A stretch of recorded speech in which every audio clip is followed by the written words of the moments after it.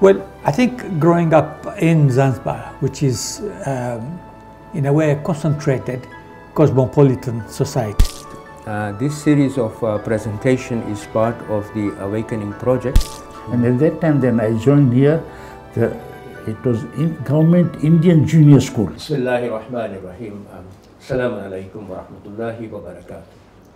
Welcome to Learning from History series from the Awakening Project of the Khoja Shia Ishnashri Muslim community.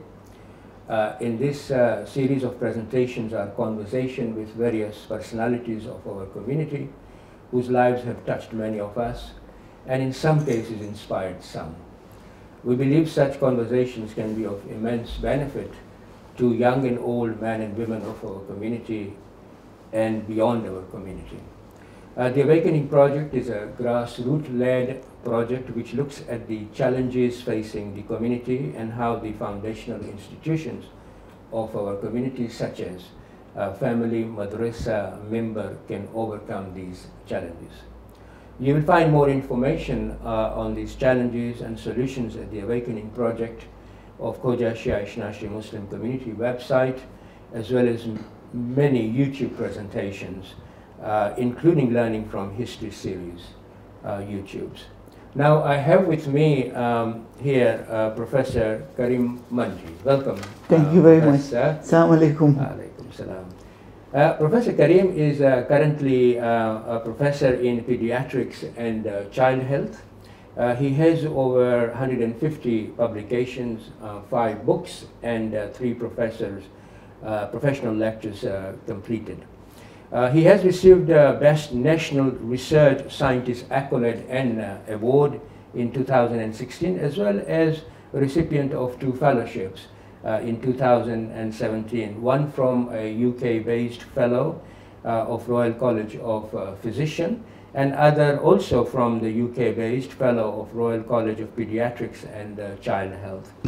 He is a fellow of Tanzania Academy of Sciences, and his most recent achievement is the International Award in Excellence in Patient Care, again by UK-based Royal College of London. His work includes 5 major clinical trials in childhood diseases, and the recipient, and in the recent past, he has mentored 100 pediatricians, I believe. Yes, over 100, mashallah. Welcome, Professor Karim, to IBN studio. We are thankful to Mahbub Bhai Somji and Muhammad Bhai for arranging this wonderful conversation and facilities for us to have I think, a wonderful conversation. Thank Mashallah, you very much. Professor Karim, by the grace of Almighty, you have achieved so much for humanity and actually Tanzania. And beyond that, we are proud that you have arisen from our community to deliver this very important contributions to humanity. Professor, I have one question. Yes.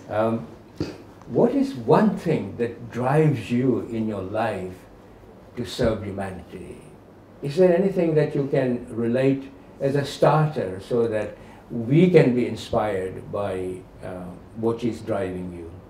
I think I'm very humbled to be invited here to be part of an inspirational interview as well as archives and in the history thing. It humbles me a lot. Alhamdulillah alladhi hadana li hadha wa ma kunna linahtadiya lawla an hadana. It is only Allah who guided us. If it was not of Him, we would have been in misery. The one thing which gives me a driving force to go on and on of what I'm doing is my background. My background has seen me see many things in life and therefore focus on things which matter the most. I came from a very humble, unassuming background where things were done on a day-to-day basis. If you had a meal in the morning, you didn't know where the evening meal would come from. So you had that level of lifestyle. Mm-hmm. And when things get better, then when you use your background saying that this is better. So you are thankful. And when you see the surroundings in your life, they all make and mold you. But of most recent times, if you forget about the background issues and which will come whatever, to which have shaped my life, of recent times, when you talk about on a professional level, not very long ago, when I had a lot of frustrations in working in a public service, as you know, it is not a secret, working in a public service in Tanzania with minimal income, with all the frustrations it carries with you, there was a point when I wanted to quit. And Allah guided me. It becomes a smooth flow. Everything in my life just flows and it just happens. It's His karamat. And I as if you feel there's a destiny behind. As if somebody is just holding my hand and pushing me. Wow, right. All throughout my life, I feel there was somebody holding my shoulder and guiding me, saying, you go this way and you don't go this way. This is destined for you. So this particular incident was when I visited Sistani in 1995. I know that holy personality may not even be remembering that such an Nachiz, somebody insignificant, came from Africa, visited him and asked him that questions. But the thing has kept and created such an impact in my life that I think, besides whatever professional things you will hear from me, I think it is very important, whether you are a professor or an ulama, to know that these alims, they have got an insight. While they look at your eyes, they can actually look at your future. It is not that just sense is there. Okay. That not just hearsay. So this is what Agha Sistani had to tell me. And I went there with an Arabic-speaking fellow Tanzanian, and I threw a question to him. That was the time during Saddam, and it was very difficult to get a show with him. So I asked him, Agha, I want to quit my job at the university hospital. It's a public service. After a long time, 24 years, did you say? 24 years ago. Right, okay.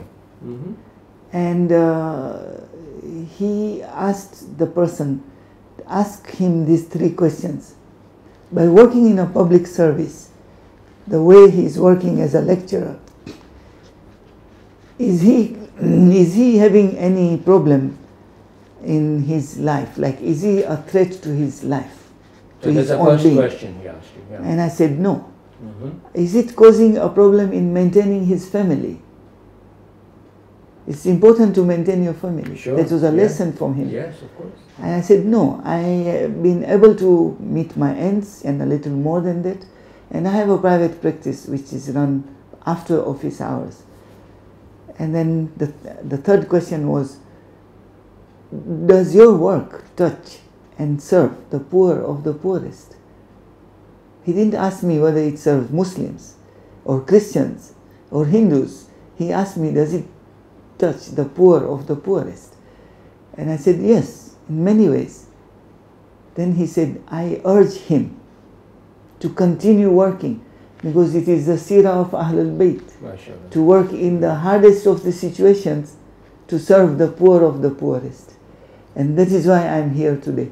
MashaAllah, and you can see where you have progressed. And it started within 3 years. I was senior lecturer, associate professor at the youngest age in the university. I broke the record of being a full professor at the age of 47, when nobody else broke that record in the University of Dar es Salaam.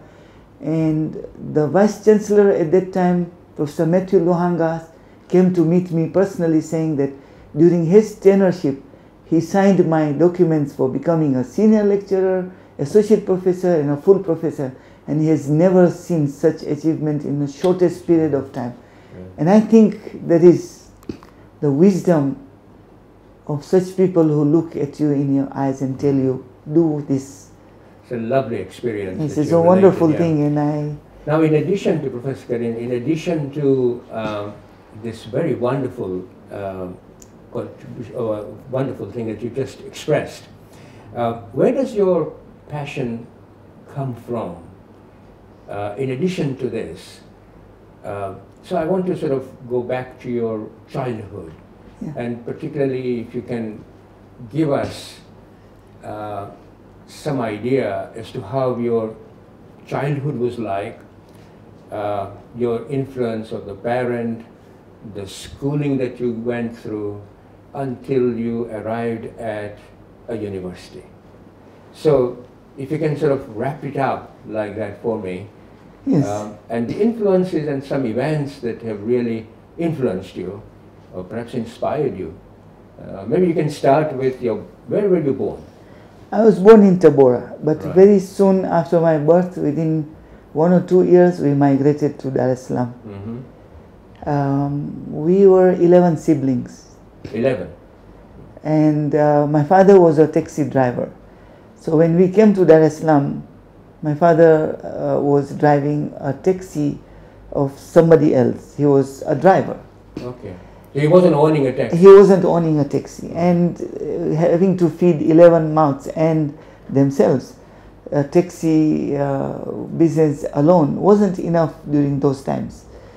And therefore my mother had What years are we talking about? We are talking about very early 60s. Oh, okay. And therefore my mother had to augment the family income by having to cook kitumbua and mandazi, where she was very famous for many years.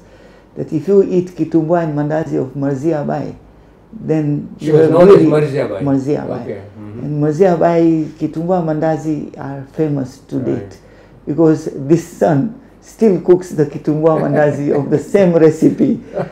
Anyway, so and enlighten people with that. And my mother used to do this all kinds of catering. Kitumbua mandazi was speciality, but she used to do all these things. Right. So this was my background, and we as siblings and children, we used to have our kikapu, the basketfuls of kitumbua mandazi, and go to the mosque outside the compound to sell, or climb the buildings, Jewan Hirji or Kariako and all those other buildings to sell them. So we had seen life at very close with poverty, and we went through that system. But the best part of was my mother. My mother would never agree that you raise your hand in asking for a favor. There were times when the balance tipped off. When my sister, who had a rheumatic heart disease, needed to be hospitalized and go for an operation and things that we could not afford. That's the time when the balance tipped off. Whatever we were having, it was an honorable living, no hands raised for any support from anyone. We kept on with ourselves. My mother used to say, dignity, dignity, dignity, honor, honor, honor. But there were those times when I fell sick, or my sister fell sick, or my mother had to require an operation. That is the time we had to take support, financial and economic support, from our community, this very community where I belong to, that my sister has to go for an operation, and my mother has to go for an operation.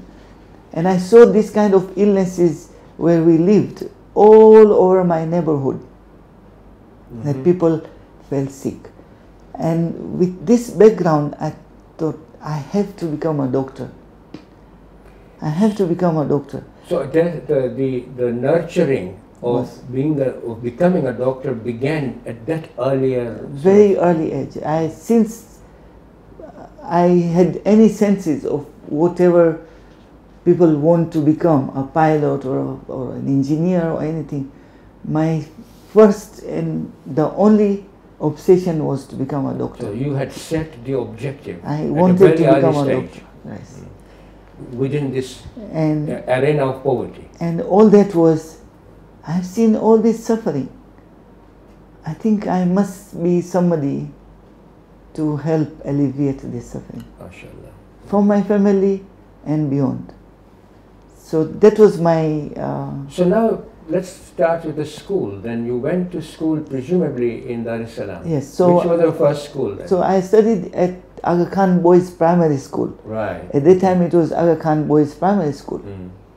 And again, I was studying in that school because my Fui, as you know, in the olden times, some of our relatives, our chachas or Fui or mamus or others were Ismailis. Mm-hmm.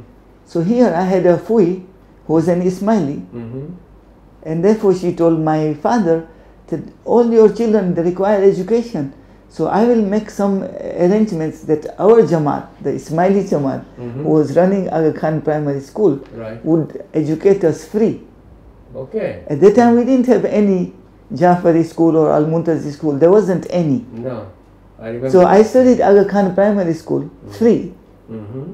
because of my Fui, who was an Ismaili. Right, right. That's interesting. And while I was studying there, it was nationalized, so it became Muhimbili Primary School. Right. And that school was attached to a secondary school just Opposite, the Tambaza is Aga What Khan is it called? Secondary In School. my time, it used to be Aga Khan Secondary School. That's I right. remember I had Now it is called Tambaza Secondary School. Tambaza. Well, I had a teacher called Mr. Fernandez who He- taught me chemistry. I He don't know was whether the you same teacher who taught me So we chemistry. both, you know, and he was a wonderful, Wonderful, teacher. amazing. Actually, I learned Amazing. my science and the way to think from Mr. Fernandez. Yeah. So we both have a He connection used, there. to, he used to teach me chemistry when I was doing my private tuitions Right. with him. Mm. And he used to secretly bring me into the lab at Tambaza to do the chemistry practicals and said, shh, hush, you don't have to be very prominent. Just come do your chemistry practicals and dash out. Yeah. So I was like an imposter. But it doing helped a you. chemistry But it helped teaching, you. yes. Yeah. But So- he so do really you, Where is was. he now, Mr. Fernandez? He brings his grandchildren to my clinic. Yeah. He's Will you- amazing. Will you tell him Yes. that you had taught a person called Sifta in I will. Tanzania, and we I'll definitely if you tell don't him. mind, yeah. Yes. So that's your secondary school. And To then my you, primary school. And yeah, then right. And then you went to secondary secondary school, which was Forodhani Secondary School, which is also, it was a government school. Now I studied and I passed, so the government was free education at the time. So I went to the secondary school called Forodhani Secondary School, which is in Dar es Salaam. which is in Dar es Salaam. It was St. Joseph Secondary School. Oh yeah, near the Near the ferry, Ferry, near the, yeah. Yes, for Yes. this ferry that is now. Yeah. yes. So after you completed your secondary school, Then I went to high school, and it was far away at Pugu. so And now what do you do in high school then? I mean, so after in the secondary school, was up to Form 4, oh, then O you do- levels. You do Then you have to A-levels. do A levels. Right, right. So A levels I went to kind of a rural area of Dar es Salaam called Pugu Secondary School. Right, right. And I studied there for less than 6 months. I got ill, I had hepatitis, I was very sick to the extent that I could not recognize people, and I was jaundiced and things. Really? And then I was brought back in an ambulance, admitted at the same hospital I'm working Muhimbili. at Muhimbili. Yeah. But then the facilities weren't as good and I was yeah. getting worse. So then I was shifted to Aga Khan Hospital. And I recovered, and from there I could not go back to the school. Now I want to come back to your parents now. Yes. You talked about your mother.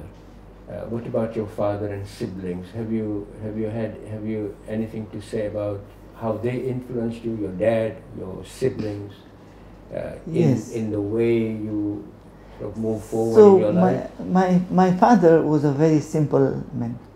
I very clearly remember we used to sit down on the sadri, on the mat, and all siblings would sit, and he would sit right in front, like you The have head a of the family. head of the family. Yeah. And while we would partake rice and other stuff, normal cow sag, Yeah. he would have his leftover bajrani mani, that Oh, yeah. special mani, you know, We call it rotlo. Is that Rotlo, is that yeah. Okay. the dried one, Yeah. with onion or mango achari. That was his food. Yeah, and he would get his onion full and he would break it with his arm, with his fist, Yeah. and it would freshly open and eat that one with his rotlo. Rotlo. And he was a very simple man. He used to just walk. Right. He used to only take the taxi if he had a passenger to take, otherwise he would walk. So walking was his normal. So he's a very simple man. He I think had just a couple of pairs of clothes, and he used to repair his own car, and therefore he had a very simplistic life. He had nothing like. So he was a what you call in terms of the majalis we heard, he was a minimalist. Mm-hmm. He had a very minimal requirements In life. in life. And he was And it's satisfied. and very contented. inspiring. But Whereas my brothers, because of our economic hardships, you can clearly see the pathways. Only 4 of us actually went into government schools and reached the high school level. out of how many siblings? Out of 11 siblings. 4 of you. So 7 of them either dropped out after primary or after Form 2, and therefore they did Is odd it because jobs. lack of funding and all that? Lack of funding, Poverty? and you see overcrowded funding, the environment play you part, live, yeah. everything plays part. But I'll tell you, Yeah. they always had something to do with me. So even if they did not go to school, they were like protective. You sit down in that corner and do your lesson. And you're going to school, nobody touches you. We will protect you. Like they were the ones who, this little tiny little Karim, who is a nerdy, wants to study, bright little sibling, they want him to be the shining star of the house. But they were very supportive in their own ways. Right, okay. So one of my siblings, Muhammad Rafiq, he was like, you will never be late to school. I know you sent this kitumbua mandazi to sell. Come on, hop on the bicycle. And he would rush that bicycle at the top speed and take me to Muimbili Primary School. Right. And just that I never be late to school. Right. So your siblings and your parents played a huge role. A huge role. A supportive role and encouraging you to Yes. move forward. Yeah. Just give me a bit of a view, a window from your life, say a day. So you presumably would go to masjid to pray to, and what sort of what happens there? Can you sort of, and then you went to the library, I take it. Yes. So So when you go to masjid to pray and then you stayed in the library, is there anything that especially that you can recall? Yes, there are a number of things. So my day starts like you take your kikapu, your baskets, you go to the mosque, finish selling your kitumbua mandazi, you come back, you give the coins to your mom and she makes rows. This is this much, this is for oil, this is for sugar, this is for flour, and then okay, you are fine, you have sold it, the hesab is proper, you go to school. You rush to school, you know there is no space at home because it is a 2-roomed house. And 11 siblings. 11 siblings. Some of us would sleep, the elder siblings would sleep out in the what you call lawani, Yeah. in the corridor outside. So we smaller ones would sleep inside, and therefore there is no space to do homework or anything. Really? So you go to school, you go to school, you have a lot of homework to do.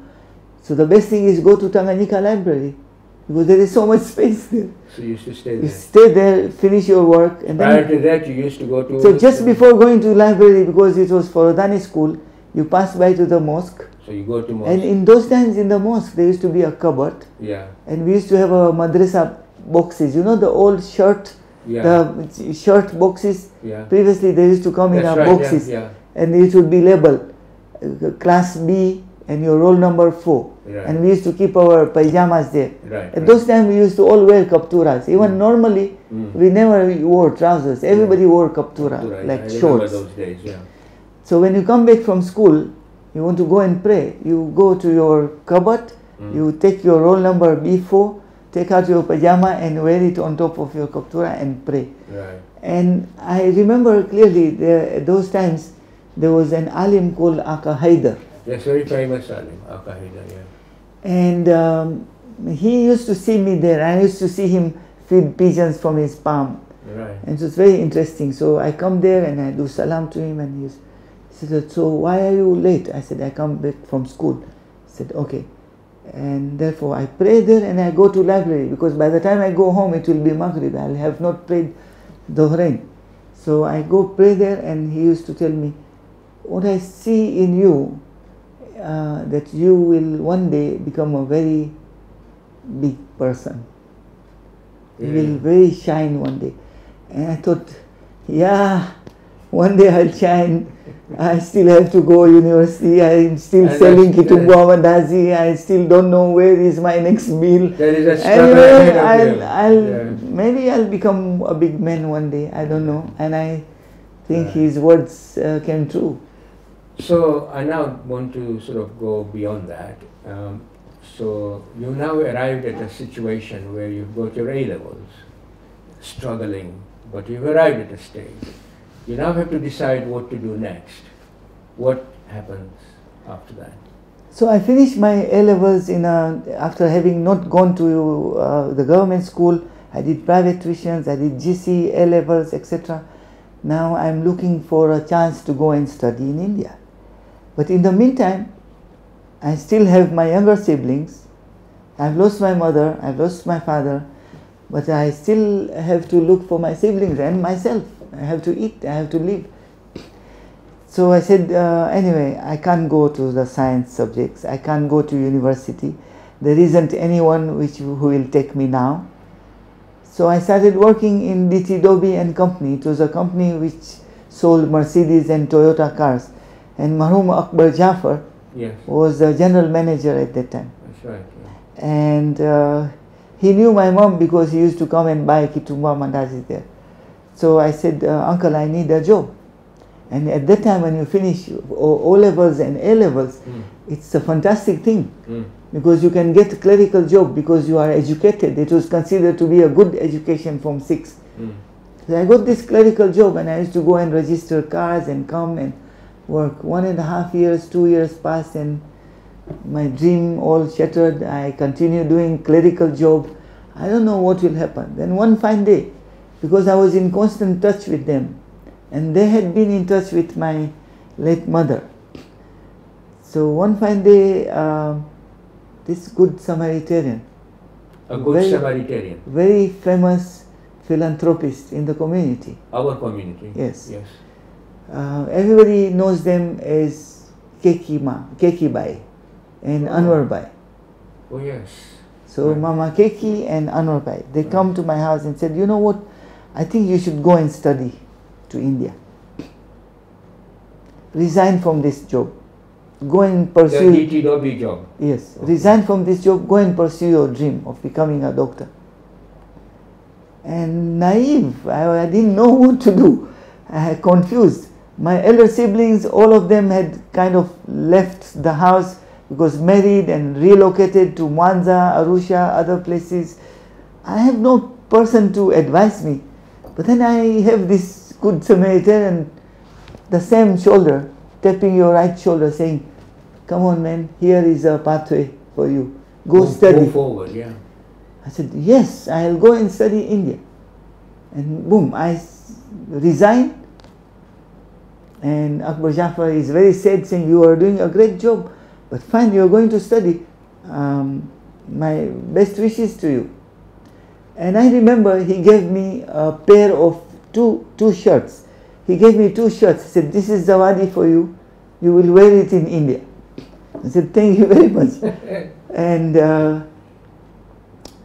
I have some 4,600 shillings in the bank where I can buy a PTA from Ethiopian Airlines one way to India. And so Kekima and Anurbai are ready to sponsor my education. They give me a 2,000 rupee check saying, when you reach there, encash it, open an account and start looking for a university. And can you imagine at this time in life, you send your child to study in India There is no prior admission, no prior contact with any university, nobody to receive you at the airport, no phone, no email, no WhatsApp, nothing. You just take one-way ticket and land up in Mumbai airport. Did you know anyone there? I had no idea of what I was going to do. I just landed it in Mumbai airport. I had 50 rupees with me, and I said, I need to go to 75 Samuel Street, Charnal, Dongri. I had memorized that word. And you know how I knew this address? Because one of my madrasa teacher gave me some parcel which had some money, I don't know, money or whatever, an envelope and some clothes, to give it to one person called Ghulam Abbas Bhanji. Ghulam Ali Bhanji. Right, okay. He was an old man at that time, must be past his 70s. I didn't know, I had no idea who he was. But I knew his address by heart, 75 Samuel Street. Did he used to wear a cap? Oh, cap and white beard. Yeah, and mentors. And he had a house just opposite the Shia mosque in Mumbai. Right, right. So I asked the taxi person, and he had abusive and swearing words to me, and then he took me and put me by force in the taxi, and then he dropped me down there, and I was taking out money, and he just grabbed away the 50 rupees and said, okay, go. And I was left at the doorstep. Overcharged, presumably. Overcharged, very much overcharged. It was a staircase, you had to, a wooden staircase, you go to Ghulam Ali Bhanji. It was midnight, and I knocked the door and I said, I have come from East Africa to study medicine. And he looked at me, and he used the word which I came to know the meaning much later. He said, Namuna, this Namuna has come here to look for a university at midnight, knocking my door, saying he has come from East Africa and he has a parcel for me. He looked at me. He didn't know whether to scream at me or to have pity on me. And he said, come inside. He locked the door and said, sit there on this swing. There was a, in the olden Indian house there is a swing. Yeah. But the swing can be used as a sofa, it can also be used as a bed. Yes. So he had to put a hinchko. Yeah. So he had to put some kind of a knob kind of thing there, so it won't rock, it would become a bed. Right. If you remove that, it starts rocking. Yeah, that's right. So he said, sleep there, I'll bring for you some food, we will talk more in the morning, it's very late at night. Mm-hmm. So I kept my luggage and everything. I said, at least I'm in a safe place. There is this old man who looks like a very human, angelic person. There is a roof, and he brought some rice. I tell you, it was very, very hot to my standard, but I ate it because I was hungry, and a glass of water, and I slept. And then he woke me in the morning. He said, you didn't wake up for namaz? I said, Uncle, you would have woken me up. He said, you didn't tell me to wake you up. It is your responsibility. I said, yes, I'm sorry. Your duty. Anyway, so then he sat down with me and drove home into my brain, drilled it, that this is India, my friend.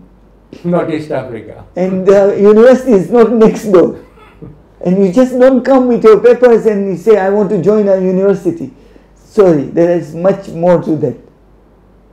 So what did he tell you then? So he had told me a lot of things, including, look, you don't get a university in Mumbai, and you have these grades.